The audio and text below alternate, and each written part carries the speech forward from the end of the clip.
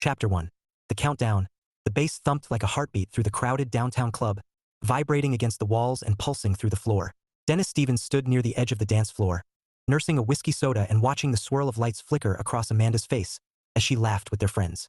Her smile was radiant, the kind that made strangers glance twice, and Dennis felt that familiar tug in his chest, the one that reminded him why he'd spent 3 years building this relationship brick by brick. Tonight was supposed to be a celebration, a new year, a fresh start, the kind of night where people kissed at midnight and promised themselves better tomorrows. For Dennis, it was more than that. It was a checkpoint. They'd moved in together in September, and so far, things had been good. Not perfect, he didn't believe in perfect, but steady. Solid. The kind of steady that could lead to marriage if they kept stacking good days on top of good days. His grandmother's words echoed in his mind. Life is a series of moments. Some good, some bad, some memorable, and some regrettable. Dennis believed that. A relationship wasn't a sprint to the finish line. It was a collection of those moments, and tonight was supposed to be one of the good ones. He smiled faintly, watching Amanda toss her hair back as she danced with her friend Jenna. Amanda was elegance wrapped in energy. Her black dress shimmered under the strobe lights, and her laughter carried above the music like a melody. Dennis felt proud, in that quiet way men do when they think they've chosen well. He finished his drink and headed toward the restroom, weaving through clusters of partygoers shouting over the music. Inside, the air was cooler, the thump of bass muffled by the door. He washed his hands, glanced at his reflection. Tall, lean, 33, with the kind of face people called trustworthy, even when he wasn't sure he deserved it. He adjusted his collar, took a breath, and stepped back into the chaos. That's when he saw her. Amanda stood near the bar, her phone in hand, smiling at a man Dennis didn't recognize. The guy was tall, stylish, with that easy confidence that came from knowing he looked good. Dennis slowed his steps, blending into the crowd like a shadow. He wasn't the jealous type, not anymore, but he was observant. Always had been. And what he saw made his stomach tighten. Amanda was typing something into her phone, her head tilted toward the stranger. He said something that made her laugh, and then, clear as day, he raised his hand in the universal call me gesture before disappearing into the throng. Dennis froze. Was she really giving her number to another guy? While out with him, on New Year's Eve, his first instinct was to walk over, demand an explanation, but he didn't. He stood still, letting the moment stretch like a rubber band about to snap. He already knew how this game worked. He'd played it before in other relationships. If they're giving their number out to other men, they're back on the market. Simple as that. Amanda slipped her phone into her clutch and turned toward the dance floor, her smile bright as ever. When her eyes found Dennis, they lit up like nothing had happened. There you are, she shouted over the music, grabbing his hand. Come dance with me. Dennis smiled, calm, controlled, and let her pull him into the crowd. He didn't say a word. Not tonight. Tonight, he would watch. He would wait. Because if there was one thing Dennis Stevens believed, it was this: trust isn't blind, it's earned. And if Amanda was about to break it, he wanted to see the cracks for himself. The countdown to midnight came like a tidal wave. 10, 9, 8, and Amanda kissed him at 0, her lips warm, her arms tight around his neck. Dennis kissed her back, but his mind was elsewhere, replaying the image of her laughing with that stranger, the way her fingers danced across her phone. When the confetti fell and the cheers erupted, Dennis smiled for the cameras, clinked glasses with friends, and tucked the moment away like a file in a cabinet labeled "Watch this space." Because tonight wasn't the end of anything. It was the beginning of something Dennis hadn't planned for. Chapter 2. Silent Suspicions. The first week of January slid by like a polite stranger, smiling, nodding, and leaving without making a fuss. Amanda was cheerful, humming while she made coffee, chatting about work deadlines and gym schedules. On the surface, everything looked normal. But Dennis had learned long ago that normal was often a disguise. He wasn't paranoid. Paranoia was messy, emotional, loud. Dennis was methodical. He observed patterns like a scientist studying a specimen under glass. And lately, Amanda's patterns had shifted. Started small. Her phone, once casually tossed on the couch, now traveled everywhere with her. Kitchen, bathroom, even the laundry room. Notifications popped up at odd hours, and she'd glance at the screen with a smile that wasn't for him. When Dennis asked who it was, she answered lightly, "Just a friend." Always a friend. Never a name. Dennis didn't press. He knew better than to interrogate. People lied when cornered. He preferred the truth to walk in on its own 2 feet. One evening, as Amanda scrolled through her phone on the couch, Dennis sat across from her, pretending to read an article on his tablet. He wasn't reading. He was watching. The way her thumbs danced across the screen. The quick flicker of her eyes when a new message appeared. "Funny meme?" he asked casually. Amanda looked up, startled, then laughed. "Yeah, Jenna sent me something stupid." Dennis smiled. "Jenna's consistent." "She really is," Amanda said, returning to her phone. Consistent, Dennis thought, was not the word he'd used for Amanda lately. By Thursday, the texts had multiplied like rabbits. Dennis noticed the rhythm. Morning greetings, midday bursts, late-night pings. Whoever this friend was, they had stamina. And Amanda had enthusiasm. Dennis didn't feel anger. Not yet. Anger was a fire that burned fast and left ashes. He preferred clarity. If Amanda was stepping off the path they'd built together, he wanted to see the footprints. Friday night, lying in bed, Amanda spoke like someone tossing a pebble into a pond, hoping it wouldn't make a splash. I'm meeting a friend for brunch tomorrow, she said, eyes on her phone. Dennis turned his head slowly. Which friend? She hesitated a fraction of a second, but Dennis caught it. Just a friend from work. No name. Amanda always gave names. Jenna, Claire, Mark. She was a name-dropper by nature. Tonight she was vague. That was a red flag waving in neon. Dennis nodded, calm as a monk. Sounds good. Amanda smiled, relieved, and returned to her screen. Dennis stared at the ceiling, his mind already mapping the morning. He wasn't the type to stew in suspicion when he had the means to find the truth. Love was nice, but every love story had a villain. He just needed to confirm who was playing the role. Saturday dawned crisp and cold, sunlight slicing through the blinds. Amanda kissed his cheek before leaving, her perfume lingering like a question mark. Won't be long, she said, grabbing her coat. Have fun, Dennis replied, his voice smooth as glass. He waited until her car pulled out of the lot before slipping on his jacket. He wasn't a super spy, but he knew enough to keep distance and avoid suspicion. His sedan followed hers like a shadow, steady and patient. The drive led downtown, past boutiques and bakeries, until Amanda parked near a cozy coffee shop with exposed brick and Edison bulbs glowing in the windows. Dennis waited 5 minutes, then stepped inside. The smell of roasted beans and warm pastries wrapped around him like a blanket. He scanned the room, and there she was, Amanda, sitting at a corner table, laughing. Across from her sat the man from the New Year's party. Tall, stylish, confident. The same easy grin. Dennis felt something settle inside him. Not anger, not heartbreak, just confirmation. The truth had walked in wearing a tailored jacket. He approached the table calmly, like a man arriving for a scheduled meeting. Amanda's laughter froze midair when she saw him. Her eyes widened, then narrowed, then softened into a smile that tried too hard. Dennis, what are you doing here? Her voice was bright, brittle. The man shifted in his seat, uncomfortable, like someone realizing they'd wandered into the wrong movie.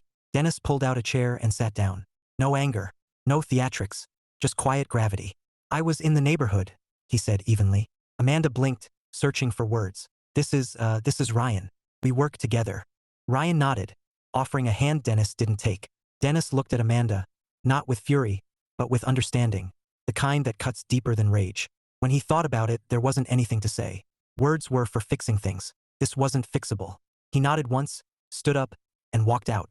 The cold air hit him like a reset button. He didn't know what came next, but he knew what wouldn't. The dream he'd been building for 3 years, and the fact that they were both locked into a lease, that was going to make things interesting. Chapter 3. The brunch fallout. The apartment smelled faintly of cinnamon when Dennis walked in. Amanda had left a candle burning on the kitchen counter. A cozy little touch that felt almost insulting now. He hung his coat on the rack, his movements deliberate, like someone performing a ritual to keep from exploding. Amanda wasn't home yet. Good. Dennis needed a minute to think, though thinking felt redundant. He'd seen enough. The image of her laughing with Ryan. Ryan, of course he had a name, was burned into his mind like a watermark. He sat on the couch, staring at the muted TV screen. A cooking show flickered silently, some cheerful chef whisking eggs like life was simple. Dennis almost laughed. Life wasn't simple. Life was a lease you couldn't break without hemorrhaging money and a girlfriend who thought brunch was a covert operation. The front door clicked open. Amanda stepped in, her cheeks pink from the cold, her smile bright and brittle. Hey, she said, voice too casual. You're home early. Dennis looked at her, calm as a lake before a storm.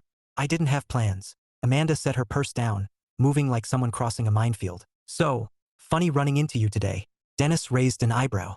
Funny's one word for it. She laughed, a short, nervous sound. I was going to tell you about Ryan. Were you? Dennis asked, his tone mild, almost curious. Before or after the next brunch? Amanda flinched. Dennis, it's not what you think. He leaned back, folding his arms. You're right. I think you were meeting a guy you gave your number to on New Year's Eve. Turns out, that's exactly what happened. Amanda opened her mouth, closed it, then tried again. We're just friends. Dennis smiled faintly. Friends who exchange numbers at midnight in a club? That's a new genre. Amanda's eyes flashed. You're being unfair. Dennis stood, his voice steady. No, Amanda. I'm being observant. The silence stretched, thick and awkward. Somewhere in the building, a neighbor's dog barked, as if punctuating the moment. Amanda crossed her arms, defensive now. So what, you followed me? Dennis shrugged. I like clarity. Her jaw tightened. That's creepy. Dennis tilted his head. What's creepy is lying by omission. Amanda looked away, her shoulders stiff. I didn't lie. You didn't tell the truth, Dennis said softly. That's the same neighborhood. They moved through the rest of the evening like actors in a bad play. Lines delivered without conviction. Gestures stiff. Dinner was a silent negotiation over who got the last piece of garlic bread. Amanda retreated to the bedroom early, claiming exhaustion. Dennis stayed on the couch, scrolling through his phone, though he wasn't reading anything. He was thinking. 3 years. 3 years of careful building, of choosing Amanda because she seemed steady, trustworthy. And now he was living in a sitcom without the laugh track. He glanced around the apartment, the framed photos, the shared bookshelf, the throw pillows Amanda insisted on buying. All of it felt temporary now, like props on a stage that was about to be dismantled. Dennis sighed, rubbing his temples. He didn't do drama. He didn't do shouting matches or tearful reconciliations. He did solutions. And the solution here was simple. Survive the lease, keep the peace, and figure out what came next. Easier said than done. The next morning, Amanda tried for normal. She made pancakes, humming like nothing had happened. Dennis sat at the table, sipping coffee, watching her flip a golden circle in the pan. Pancakes, he said. That's new. Amanda smiled tightly. Thought I'd do something nice. Dennis nodded. Nice is good. They ate in silence, the sound of forks scraping plates filling the void. Amanda glanced up once, her eyes searching his face, but Dennis kept his expression neutral. He wasn't giving her a fight. He wasn't giving her anything. When breakfast ended, Amanda retreated to the bedroom again, and Dennis stared at the empty plates. He almost laughed. This was going to be a long lease. Chapter 4. Lease and Lies. The apartment had never felt smaller. Funny how square footage didn't change, but silence could shrink walls like a vice. Dennis sat at the kitchen table, laptop open, staring at the lease agreement like it was a villain's monologue. 12 months. September to September. No early termination without a penalty that could fund a small vacation. He sighed, rubbing his jaw. He wasn't about to torch his savings because Amanda decided brunch was a covert operation. No, he'd ride this out. Calmly. Strategically. Like a man trapped in a submarine with a polite stranger who occasionally hums Taylor Swift. Amanda breezed in from the bedroom, hair in a messy bun, wearing his old college sweatshirt. The one she claimed was hers now. Dennis watched her pour coffee, her movements casual, like nothing had happened. Like he hadn't walked into a coffee shop yesterday and found her laughing with Ryan, the human LinkedIn profile. Morning, she said brightly. Dennis nodded. Morning. She sat across from him, sipping coffee. You're up early. Lease research, Dennis said, tapping the screen. Just making sure we're still locked in together until September. Amanda blinked. Why would you check that? Dennis smiled faintly. Clarity. Her lips pressed into a thin line. Dennis. He held up a hand. Don't.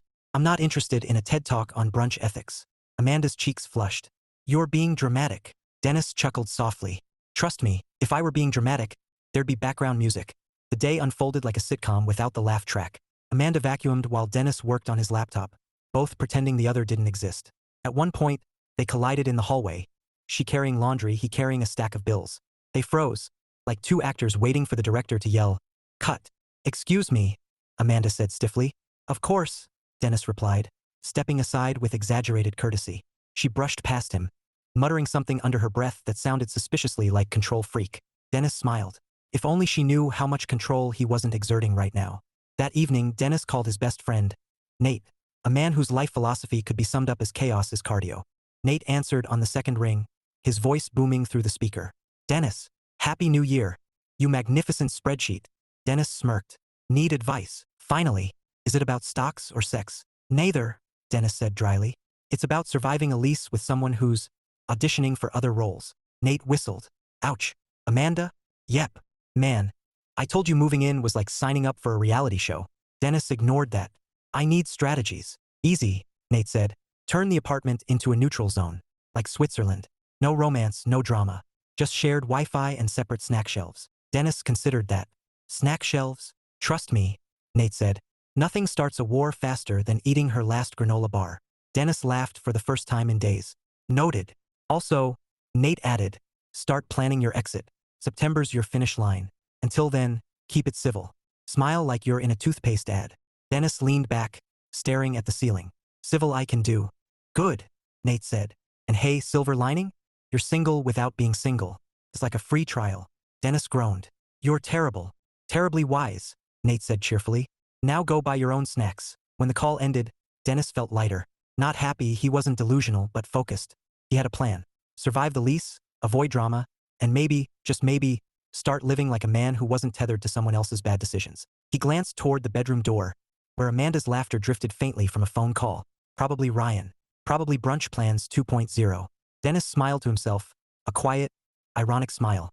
Life was a series of moments, his grandmother said. Some good, some bad, some memorable, and some regrettable. This one, definitely memorable. Chapter 5. The escape plan. Dennis stared at the apartment ceiling like it held the answers to life's biggest questions. Spoiler, it didn't.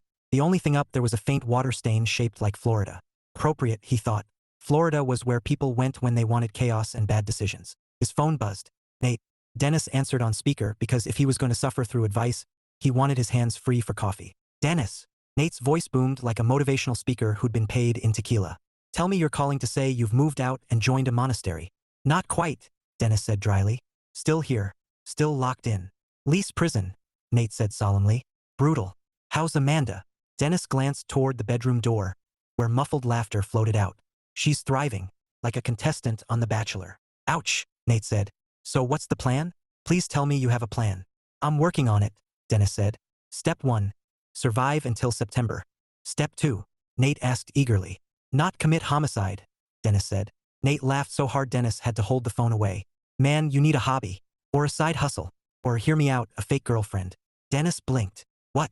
Classic move, Nate said. You show up with someone new. Amanda realizes what she lost. Cue dramatic music. Dennis rubbed his temples. This isn't a soap opera. Could be, Nate said cheerfully. You've got betrayal, tension, and a lease. That's Emmy material. Dennis sighed. I'm not staging a revenge romance. Fine, Nate said. Then go full Switzerland. Neutral zone. Divide the apartment like a Cold War map. You get the living room, she gets the bedroom. Shared kitchen, but you label your milk. Dennis chuckled. Label my milk? Trust me, Nate said. Nothing starts World War III faster than drinking someone's oat milk. Dennis shook his head, smiling despite himself. You're insane. Insanely helpful, Nate corrected. Also, start dating. Dennis frowned. Dating? While living with Amanda. Exactly, Nate said. It's like training with weights. If you can flirt while sharing a bathroom with your ex, you're unstoppable. Dennis laughed, the sound surprising him. You're a terrible influence. Terribly consistent, Nate said. Now go download an app. And buy your own snacks. Switzerland needs snacks. After the call, Dennis sat back, staring at the muted TV. Nate's advice was ridiculous, and weirdly practical. Neutral zone?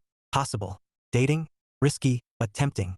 Anything was better than sitting here like a monk while Amanda giggled on the phone with Ryan, the brunch enthusiast. Dennis opened his laptop, pulling up the lease again. September was 8 months away. 8 months of shared space, shared bills, and shared silence. He needed a strategy. A real one. Step 1. Carve out personal territory. Step 2. Keep it civil. Step 3. Start living like a man who wasn't waiting for someone else's permission to move on. Dennis closed the laptop, a slow smile tugging at his lips. Switzerland, here we come. Chapter 6. Enter the unexpected. Dennis didn't plan on meeting anyone. He wasn't prowling bars or swiping through dating apps like Nate suggested. He was just trying to buy coffee and get through a Saturday without thinking about Amanda's laugh echoing from the bedroom. The coffee shop was crowded. Weekend warriors in yoga pants, freelancers hunched over laptops, and one guy loudly explaining cryptocurrency to a woman who looked like she regretted every life choice that led her here. Dennis stood in line, scrolling through his phone, when someone bumped his shoulder hard enough to jolt his arm. Sorry, a voice said, bright and breathless. Dennis turned, and there she was, a woman juggling a laptop bag, a paper cup, and what appeared to be a small avalanche of napkins. Her hair was a riot of curls, her scarf half untied, and her smile, well, her smile was the kind that made chaos look charming. No problem, Dennis said, steadying her cup before it toppled. You okay there? She laughed, a quick, musical sound. Define okay. If okay means not wearing half my latte, then yes, barely. Dennis glanced at the napkins clutched in her hand. You're prepared, at least. Always, she said, grinning. Napkins are my emotional support system. Dennis chuckled. That's oddly practical. Practical is my brand, she said, then tilted her head. You look like a practical guy too. Dennis raised an eyebrow. Is that a compliment or an insult? Depends, she said, eyes twinkling. Do you alphabetize your spice rack? Dennis smirked. No, but I do have a spreadsheet for my monthly expenses. She gasped theatrically. Hot. Dennis laughed, the sound surprising him. It had been weeks since laughter felt easy. They shuffled forward in line, and Dennis found himself oddly reluctant to let the conversation die. I'm Dennis, he said. Lila, she replied, offering a hand that was slightly damp from latte foam. Sorry. Occupational hazard. Dennis shook it anyway. What occupation involves latte foam? Graphic designer, Lila said. Which means I live in coffee shops and occasionally spill on strangers. Sounds like a dangerous profession, Dennis said. Only for my dry cleaning bill, she quipped. When they reached the counter, Lila ordered something complicated involving oat milk, caramel drizzle, and a shot of optimism. Dennis stuck with black coffee, simple, predictable like him. Or at least like the version of him that existed before his life turned into a sitcom. As they waited for their drinks, Lila glanced at his laptop bag. Work day, sort of, Dennis said. Trying to figure out how to survive a lease. Her eyebrows shot up. That's oddly specific. Dennis smiled wryly. Long story. I like long stories, Lila said, leaning against the counter. Especially ones that involve spreadsheets. Dennis chuckled. Careful. I might take you up on that. When their drinks arrived, Lila grabbed hers and turned to him with a grin. Well, Dennis the spreadsheet guy, good luck with your lease. And hey, if you ever need a distraction from alphabetizing spices, I'm usually here, spilling coffee on people. Dennis watched her walk away, her curls bouncing like punctuation marks at the end of a sentence. He suddenly wanted to keep reading. For the first time in weeks, the apartment didn't feel like the only story he was stuck in. Chapter 7. Amanda's countermove. Dennis had just settled into his Switzerland strategy, neutral zone, snack sovereignty, emotional detachment, when Amanda decided to launch Operation Rekindle. He didn't see it coming.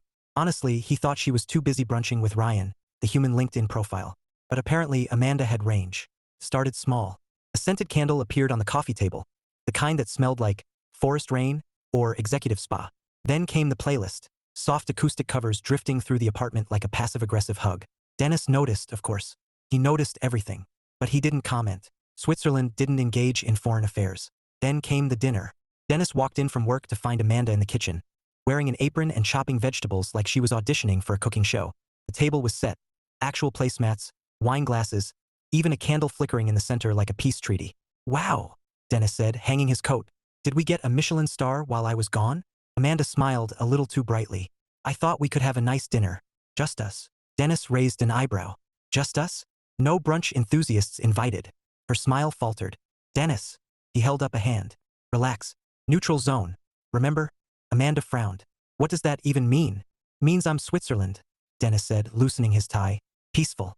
Non-confrontational. Excellent chocolate. Amanda rolled her eyes. You're impossible. Dennis smirked. And yet here I am. Dinner was fine. Amanda made pasta, which was good, and conversation, which was awkward. She asked about his day, his work, his plans for the weekend. Questions that sounded normal but felt loaded, like she was trying to steer the ship back to shore. Dennis answered politely, keeping his tone light. He wasn't cruel. He wasn't cold. He was detached, like a man who'd read the last page of the book and knew how the story ended. Halfway through the meal, Amanda leaned forward, her voice soft. Dennis, I know things have been tense, but I want to fix this. Dennis twirled his pasta slowly. Fix what? Us, she said. We've been together 3 years. That has to mean something. Dennis looked at her, calm and steady. It does. It means I trusted you. Amanda flinched. I made a mistake. Dennis tilted his head. Which part was the mistake? Giving out your number or hiding it? Her eyes flashed. You're not even trying to understand. Dennis smiled faintly. Amanda, I understand perfectly. I just don't agree. The silence that followed was thick enough to spread on toast. Later, as Dennis cleared the dishes, Amanda hovered in the doorway, arms crossed. Are you seeing someone? Dennis blinked. What? You've been different, she said. Distant. Like you've moved on. Dennis set down a plate, his voice even. Amanda, I'm not seeing anyone. Technically true. He'd met Lila? Sure. But that was coffee and banter, not candlelight and declarations. Still, the question lingered in the air like smoke. Amanda studied him, her expression tight. If you were, you'd tell me, right? Dennis met her gaze. Would you tell me if you were? Her lips parted, then closed. She turned and walked away without answering. Dennis exhaled slowly, a wry smile tugging at his mouth. Switzerland was holding, but the borders were getting tense. That night, as he lay in bed scrolling through his phone, Dennis thought about Lila. The curls, the laugh, the way she called spreadsheets hot. He wasn't seeing anyone. Not yet. But for the first time in weeks, the idea didn't feel like betrayal. It felt like possibility. And possibility was a hell of a lot better than pasta and passive-aggressive candles. Chapter 8. The turning point. Dennis wasn't planning to run into Lila again. He wasn't planning anything, really, except surviving the lease without turning into a cautionary tale on a relationship podcast. But life, as his grandmother said, was a series of moments. And this one happened in the frozen food aisle. He was debating between organic peas and the cheaper, morally questionable peas when a voice behind him said, Spreadsheet guy. Dennis turned, and there she was, Lila, curls tucked under a knit beanie, holding a basket filled with kale and something that looked aggressively healthy. Lila, Dennis said, smiling before he could stop himself. Didn't expect to see you in the wild. She grinned. I live in the wild. Coffee shops, grocery stores, occasional art supply runs. It's a glamorous life. Dennis chuckled. Clearly, she eyed the peas in his hand. Tough decision? Life-altering, Dennis said solemnly. Organic or budget-friendly. One says I care about sustainability. The other says I like having money. Lila laughed, the sound bright and easy. Go organic. It'll make you feel virtuous. Dennis tossed the organic peas into his cart. Virtue achieved. They walked together toward the checkout, conversation flowing like they'd rehearsed it. Lila teased him about his spreadsheet soul. Dennis countered with jokes about her napkin dependency. It was light, effortless, the kind of banter that made time feel elastic. At the register, Lila glanced at his cart. You cook. Define cook, Dennis said. If boiling pasta counts, then yes. I'm practically a chef. She smirked. Impressive. Next time, I'll expect risotto. Dennis raised an eyebrow. Next time, Lila shrugged, playful. Unless you're too busy alphabetizing your spice rack. Dennis grinned. I'll make time. As they stepped outside, the cold air biting at their cheeks, Lila paused. Coffee sometime? When you're not negotiating with vegetables. Dennis hesitated, not because he didn't want to, but because Switzerland had rules. Neutrality. Detachment. And yet, standing here with Lila, those rules felt like suggestions written in pencil. Coffee sounds good, he said finally. Her smile widened. Great. I'll text you. Dennis watched her walk away, her curls bouncing like punctuation marks again. For the first time in weeks, he felt something other than frustration. He felt possibility. When he got home, Amanda was on the couch, scrolling through her phone. She looked up as he entered, her eyes sharp. Where were you? She asked. Grocery store, Dennis said, setting the bags down. Amanda's gaze flicked to the organic peas. You were gone a while. Dennis shrugged. Long line. She studied him, her expression tight. You seem happy. Dennis smiled faintly. Maybe I like peas. Amanda didn't laugh. She didn't even blink. And Dennis realized something. Switzerland was about to get invaded. Chapter 9. The big blow-up. Dennis knew the storm was coming the moment Amanda started vacuuming at 9 p.m. No one vacuums at 9 p.m. unless they're either nesting or plotting emotional warfare. He sat on the couch, laptop open, pretending to work while Amanda made aggressive passes with the vacuum like she was erasing sins from the carpet. Finally, she snapped it off and turned to him, arms crossed, eyes blazing. Who is she? Amanda demanded. Dennis blinked slowly. Who is? Don't play dumb, Amanda said, her voice sharp enough to slice bread. You've been smiling at your phone. You hate your phone. Dennis closed the laptop calmly. Amanda, I don't hate my phone. I hate spam calls. There's a difference. Her jaw tightened. You met someone. Dennis leaned back, folding his arms. Define met. Amanda threw her hands up. Oh my God, Dennis. You're impossible. Dennis tilted his head. You've said that before. It's starting to feel like a mantra. Amanda glared. You think this is funny? Dennis shrugged. Not funny. Ironic. Ironic? She spat. You're flirting with someone while living with your girlfriend. Dennis raised an eyebrow. Ex-girlfriend. Let's not mislabel things. Amanda froze, her mouth opening and closing like a goldfish. Ex? We never broke up.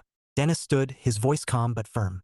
Amanda, we broke up the moment you gave your number to Ryan at midnight. Her cheeks flushed crimson. That was nothing. Dennis smiled faintly. Nothing usually doesn't involve brunch. Amanda's eyes flashed. You followed me. That's creepy. Dennis nodded. And yet accurate. The silence stretched, heavy and electric. Amanda's breathing was sharp, her fists clenched at her sides. Dennis felt oddly serene, like a man who'd finally finished a puzzle only to realize the picture was a dumpster fire. Dennis, Amanda said, her voice trembling now. We've been together 3 years. Doesn't that mean anything to you? Dennis met her gaze, steady as a metronome. It means I trusted you. And trust isn't a souvenir you keep after the vacation ends. Amanda blinked, tears pooling in her eyes. So that's it? You're just done. Dennis exhaled slowly. Amanda, I was done the moment I realized you were auditioning for other roles while still in the play. Her lips parted, but no words came. She turned, storming into the bedroom and slamming the door so hard the picture frame rattled. Dennis stood in the quiet aftermath, staring at the door. Then he chuckled softly, shaking his head. Switzerland had officially fallen. Later, as he sat on the couch scrolling through his phone, a text popped up from Lila. Coffee tomorrow? I promise not to spill on you this time. Dennis smiled, a slow, genuine smile. For the first time in weeks, the future didn't feel like a lease. It felt like a door swinging open. Chapter 10. Freedom and fresh starts. Moving day dawned bright and cold, the kind of morning that made you question every life choice involving heavy furniture. Dennis stood in the living room, hands on hips, surveying the battlefield. Boxes stacked like Tetris pieces, a couch that looked heavier than his emotional baggage, and Nate, his self-appointed moving captain, wearing a neon headband and fingerless gloves like he was training for an 80s montage. "Dennis, my man," Nate boomed, clapping his hands. "Today, we liberate you from lease prison." Dennis smirked. "You look like you're about to liberate a jazzercise class." "Don't mock the headband," Nate said solemnly. "It's a symbol of strength." Amanda emerged from the bedroom, arms crossed, expression frosty. "You're really leaving?" Dennis nodded calmly. "That's what moving day usually means." She huffed, retreating without another word. Dennis exhaled slowly. Switzerland had fallen weeks ago. This was just the evacuation. The first disaster struck immediately. Nate tried to pivot the couch through the doorway, misjudged the angle, and wedged it like a cork in a wine bottle. "Okay," Nate said, panting. "New plan. We live here forever." Dennis pinched the bridge of his nose. "Rotate it." "I did rotate it," Nate said. "It's rotated into oblivion." Dennis sighed, grabbing the other end. On three, they heaved, grunted, and finally freed the couch with a sound that could only be described as furniture screaming. Nate collapsed dramatically on the floor. "Tell my story," he gasped. "Tell them I died a hero." Dennis tossed him a water bottle. "You'll live." By noon, the apartment looked like a crime scene where the victim was domestic bliss. Amanda stayed in the bedroom, silent except for the occasional door slam. Dennis didn't engage. He wasn't cruel, he was done. And done felt good. As they loaded the last box into the truck, Nate wiped his forehead. "Man, you're officially free. How does it feel?" Dennis looked at the building, the place that had held 3 years of hopes, arguments, and awkward silences. Then he smiled, slow and genuine. "Feels like possibility," he said. Nate grinned. "Possibility sounds like beer and pizza." Dennis laughed. "And maybe coffee." "Coffee?" Nate raised an eyebrow. "With who?" Dennis didn't answer. He didn't need to. His phone buzzed in his pocket. A text from Lila. "Hope moving day isn't killing you. Coffee tomorrow?" Dennis smiled, sliding the phone back. For the first time in months, the future wasn't a lease. It was a blank page, and he was ready to write something worth reading. Chapter 11. A new year, again. The bass thumped through the downtown club, lights flickering like fireflies, laughter spilling across the dance floor. Dennis stood near the edge, nursing a whiskey soda, just like last year. Except everything was different. For one, Amanda wasn't here.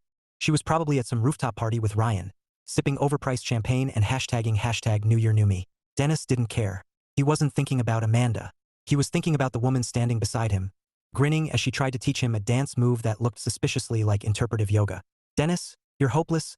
Lila laughed, her curls bouncing under the strobe lights. "It's 2 steps left, not whatever that was." Dennis smirked. "I call it spreadsheet shuffle. Very exclusive." She rolled her eyes, tugging his hand. "Come on, loosen up. It's New Year's Eve." Dennis let her pull him into the crowd, her laughter ringing like music. He moved awkwardly at first, then less awkwardly, then miraculously, almost in rhythm. Lila cheered like he'd just solved world peace. "Look at you," she said. "You're practically human." Dennis grinned. "Don't tell anyone. I have a reputation." As the countdown began, 10, 9, 8, Dennis felt a strange calm settle over him. Last year, he'd stood in this same chaos, kissing Amanda at midnight while silently filing away doubts like tax receipts. Tonight, he wasn't filing anything. He was living. 3, 2, 1. Confetti exploded, cheers erupted, and Lila turned to him, eyes bright. "Happy New Year," she shouted. Dennis smiled, leaning in. "Happy New Year." Their kiss was soft, warm, and real.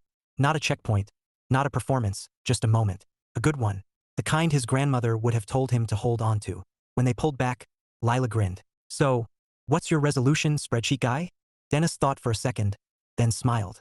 "Stop alphabetizing my spice rack." She laughed, looping her arm through his. "Wild man." Dennis chuckled, feeling lighter than he had in years. Life was a series of moments, his grandmother said. Some good, some bad, some memorable, and some regrettable. This one, definitely memorable. Chapter 12. Moments that matter. The first week of January felt different this time. No tension humming under the surface. No silent negotiations over who got the last piece of garlic bread. Just quiet mornings, coffee that tasted like freedom, and a sense of space Dennis hadn't felt in years. He sat by the window of his new apartment, a modest one-bedroom with sunlight spilling across the hardwood floors, watching the city wake up. Cars hummed below, people hurried past, and Dennis sipped his coffee slowly, savoring the calm. Life wasn't perfect. He still had boxes to unpack, a couch that looked like it had survived a war, and a spice rack that was admittedly still alphabetized. But life wasn't supposed to be perfect. His grandmother's words echoed in his mind. Life is a series of moments. Some good, some bad, some memorable, and some regrettable. Dennis smiled faintly. He'd had all of those. The good 3 years of laughter and shared dreams. The bad, awkward silences and broken trust. The memorable New Year's Eve kisses. Both the one that ended a chapter and the one that started a new one. And the regrettable? Well, he had a few of those too. But they didn't define him. They taught him. He thought about Amanda. Not with anger, not even with sadness, but with clarity. They weren't villains in each other's stories. Just two people who stopped being right for each other. And that was okay. His phone buzzed. A text from Lila. Coffee later? I promise not to spill. Well, mostly. Dennis chuckled, typing back, deal. But only if you let me alphabetize your napkins. Her reply came fast. Wild man. Dennis laughed, setting the phone down. For the first time in years, he wasn't chasing a finish line. He wasn't building a dream on rigid plans and silent expectations. He was living in the moments, the good ones, the messy ones, the ones that made him laugh when he least expected it. And maybe that was the point. Love wasn't about avoiding heartbreak. It was about choosing the right person to share the chaos with. Someone who made even spilled coffee feel like a story worth telling. Dennis took another sip of coffee, sunlight warming his face, and smiled. Life was a series of moments, and this one mattered. Chapter 13. Epilogue. 6 months later, Dennis stood in his new kitchen, staring at a spice rack that looked suspiciously chaotic. Paprika lounging next to cinnamon, oregano flirting with nutmeg. It was anarchy. Beautiful, liberating anarchy. Don't even think about it, Lila said from behind him, her voice teasing. She was perched on the counter, sipping coffee from a mug that read napkins are my emotional support system.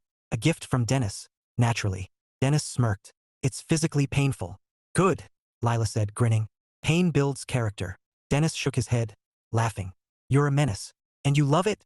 She said, hopping down and wrapping her arms around his waist. He did. He loved the chaos, the laughter, the way life felt less like a spreadsheet and more like a story worth telling. They'd spent the last 6 months collecting moments, coffee dates that turned into late-night walks, spontaneous road trips, and one memorable incident involving a flat tire, a goat, and Nate yelling, "This is why you need AAA." Speaking of Nate, he was currently sprawled on their couch, eating chips and watching a cooking show like he owned the place. Hey, Nate called, waving a chip. When's dinner? I'm starving. Dennis sighed. You said you were just dropping off a lamp.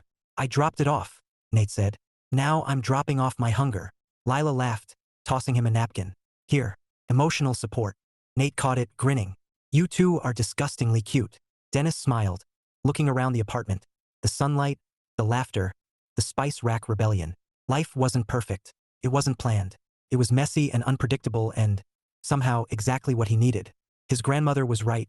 Life is a series of moments. Some good, some bad, some memorable, and some regrettable. Dennis had lived them all. And now he was living the ones that mattered. He kissed Lila's forehead, ignoring the spice rack behind her. For once, he didn't need order. He had something better. Chaos, coffee, and a woman who made even spilled lattes feel like magic.